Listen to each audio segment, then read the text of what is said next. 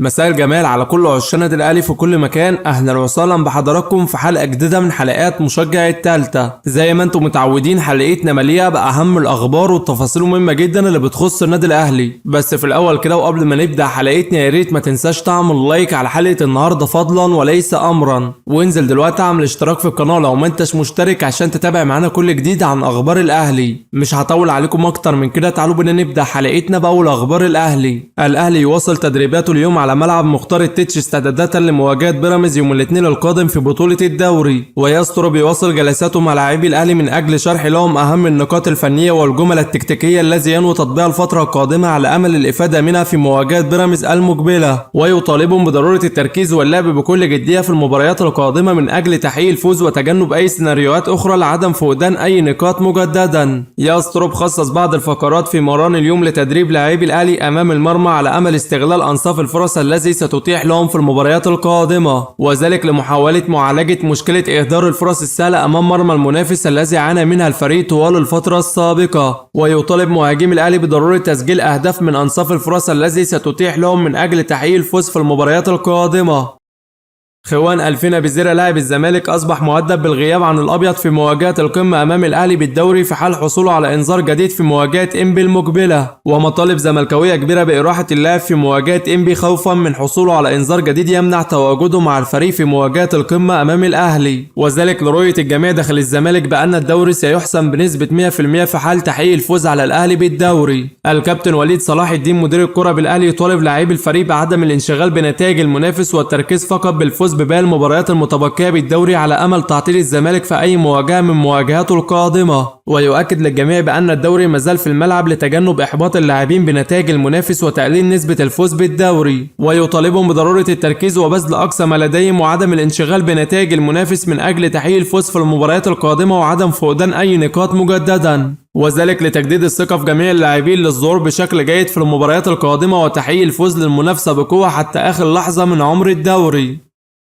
الكابتن سيد عبد الحفيظ يستغل كل التصريحات الاستفزازيه من جانب الاعلام الزملكاوي مؤخرا في حق الاهلي وجماهيره لشحن لاعبي الفريق للرد بقوه داخل الملعب، ويطالب لاعبي الاهلي بضروره الرد بقوه على التصريحات المسيئه من جانب الاعلام الزملكاوي مؤخرا والفوز بباقي مباريات الفريق بالدوري للرد بقوه على كل من اساء للاهلي وجماهيره، ويعد جميع اللاعبين بان النادي سيعيد النظر بشان العقوبات الموقعه عليهم الفتره السابقه بسبب تراجع النتائج في حال تحقيق الفوز في الاربع مباريات المتبقيه بالدوري، وذلك لتحفيز جميع اللاعبين على تحقيق الفوز في المباريات القادمة وعدم فقدان أي نقاط لضمان المشاركة في بطولة دوري الأبطال الموسم القادم. الخبير التحكيمي محمد صلاح عبد الفتاح يؤكد بأن هناك ضربة جزاء لم تحتسب لصالح بيراميدز أمام الزمالك بسبب دفع عمر جابر لمهاجم الفريق السماوي ومنعه من لعب الكرة، والخطأ الفاتح الأكبر هو عدم تدخل تقنية الفار لمطالبة الحكم بمراجعة الكرة لاحتساب ضربة جزاء من عدمه، ويؤكد أيضا بأن هدف الزمالك في مرمى بيراميدز صحيح بنسبة 100% بناء على خطوط الفار، لكن عدم احتساب ضربة جزاء لبيراميدز هو خطأ فادح لحكام الفار وكان يجب مراجعة الحالة لأن ركلة الجزاء هي الوحيدة التي تنفذ حتى بعد انتهاء الوقت. كريم فؤاد لاعب الاهلي شارك في جزء من تدريبات الفريق الجماعيه اليوم استعدادا لمواجهه بيراميدز بعد تخلصه من الاصابه، والدكتور احمد جاب الله طبيب الاهلي يؤكد بان اللاعب سيشارك في التدريبات بشكل تدريجي وفقا لبرنامجه التاهيلي من اجل العوده للمشاركه في التدريبات الجماعيه والمباريات القادمه، وذلك مع استمرار خضوع اللاعب لقياسات بدنيه مستمره لتجهيزه بشكل جيد للمشاركه في كامل التدريبات. الكابتن سيد عبد الحفيظ يجدد الثقة في إمام عاشور لاستعادة مستواه في المباريات القادمة والمساهمة مع زملائه بالفريق على تحقيق الفوز، ويطالب اللاعب بعدم الانشغال بما يقال عبر مواقع السوشيال ميديا بشأن مستقبله مع النادي والتركيز فقط داخل الملعب للظهور بشكل جيد في المباريات، وأكد له بأن النادي لم يتخذ أي خطوات رسمية بشأن مستقبل أي لاعب بالفريق وأن كل ما يقال عبارة عن شائعات مستهدفة من جانب الإعلام المنافس، وأن النادي يثق في إمكانياته وقدراته على الظهور بشكل جيد وتقديم أفضل ما يمكنه مع الأهلي يغلق بيبانه أمام رحيل مروان عطية عن الفريق في الصيف القادم لاحتياج النادي لخدمات اللاعب بعدما تمسك أليو ديانج بالرحيل عقب نهاية الموسم الحالي، ومصدر بالأهلي يؤكد بأن النادي أغلق بيبانه أمام رحيل مروان عطية مهما كانت المغريات المالية المقدمة للنادي من أجل الحصول على خدماته، فهو يعد من أهم الركائز الأساسية بالفريق الذي سيتم الاعتماد عليها في الموسم الجديد، ولم يتم اقتراح فكرة التخلي عن خدماته للإفادة ماليا بشكل كبير من رحيله، فالنادي يبحث في الوقت الحالي على تدعيم خط الوسط لتعويض رحيل أليو ديانج، وينفي كل ما قيل طوال الأيام الماضية عن هذا الأمر ولم يتم اقتراحه إطلاقا داخل إدارة النادي.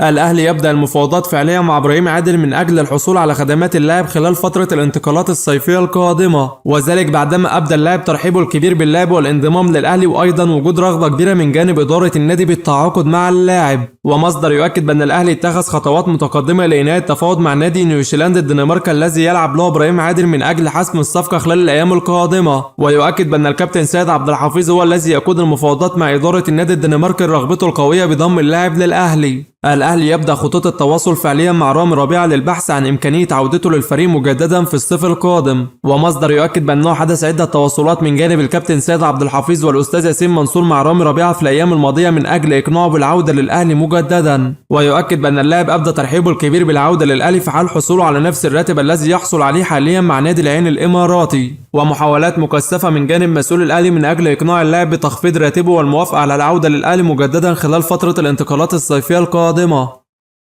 أحمد نبيل كوكا بيواصل مشاركته في تدريبات الأهلي الجماعية بعد تعافيه التام من الإصابة، ويستر بيبدأ تجهيز اللاعب فنيا وبدنيا للاعتماد عليه في مواجهة بيراميدز القادمة. المدرب البرتغالي برونو لاج يرفض تدريب الأهلي خلال الفترة القادمة رغبته بعدم خوض أي تجربة تدريبية أخرى في الوقت الحالي، وذلك بعدما تقدم له مسؤول الأهلي بعرض رسمي في الأيام الماضية عن طريق الأستاذ ياسين منصور من أجل توليه القيادة الفنية للفريق خلافة يستر عقب نهاية الموسم. ويؤكد بأن المدرب البرتغالي رفض توليه القيادة الفنية للأهلي في الوقت الحالي رغبته القوية بالاستمرار في القارة الأوروبية، وأن الأستاذ ياسين منصور نائب رئيس الأهلي كان لديه قناعات كبيرة بإمكانيات المدرب البرتغالي الفنية، وهو من كان يرغب بالتعاقد معه.